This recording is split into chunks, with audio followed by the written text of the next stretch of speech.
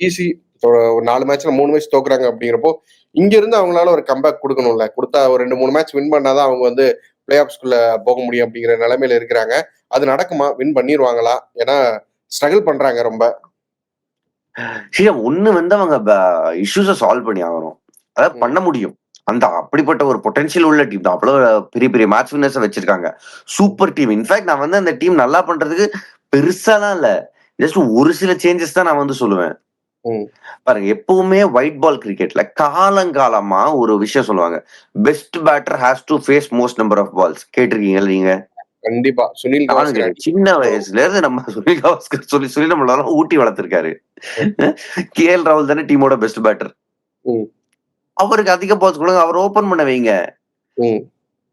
அப்புறம் உங்களுக்கு எல்லா பிரச்சனையும் மேபி அ சால்வ் ஆகலாம். ம். அதாவது நான் வந்து இந்த ஆரஞ்ச் கேப் போர்ட்லாம் காட்டுவாங்க. ம். விராட் கோலி பேர் இருக்கு, சாய் சுதர்ஷன் பேர் இருக்கு, நிக்லஸ் புரன், சூரியகுமார் யாதவ் இந்த மாரி பேர் இருக்கு. வருஷம் வருஷம் இந்த நம்ம கே.எல். ராகுல் பேர பார்த்து பழகியிருக்கோம். ம். நம்பர் 4ல வந்து அதுல பாருங்க, அதுக்காக கே.எல். ராகுல் ஆட வைங்க. ரெக்கார்டுக்காகன்னு நான் சொல்லல. பட் ம். கே.எல். ராகுல் அங்க இருந்தா ஹண்ட்ரட்ஸ் அடிப்பாரு. வருஷம் அட்லீஸ்ட் ஒரு 100வது அடிப்பாரு ஐபிஎல்ல. அண்ட் அவர் அந்த மாரி ஒரு பிளேயர். அவர் அங்க இருந்தே கேம கண்ட்ரோல் பண்ணுவாரு. ம். இவங்களோட தியரி என்னதுன்னா, மிடில் ஆர்டர்ல எக்ஸ்பீரியன்ஸ் இல்ல. ம். So K L. ராகுல அங்க வச்சுக்கலாம் அப்படின்னு நெனைக்கிறாங்க. ஓகே, நல்ல தாட்ன்னு சில பேர் நெனைக்கலாம். பட் அவங்க கிட்டயே திரும்ப ஒரு கேள்வி கேட்கிறேன். ம். டேபிள்ல மேல இருக்கிற குஜராத் டைட்டன்ஸ். ம். அவங்களுக்கு அந்த யோசனை கிடையாதா? அப்ப ம். ஏன் ஜாஸ் பட்லர் நம்பர் 5 ஆட வைக்கலாமே? இங்கிலாந்து ஆட வைக்கிற மாரி மிடில் ஆர்டர்ல எக்ஸ்பீரியன்ஸ் இல்லன்னு. ஏன்?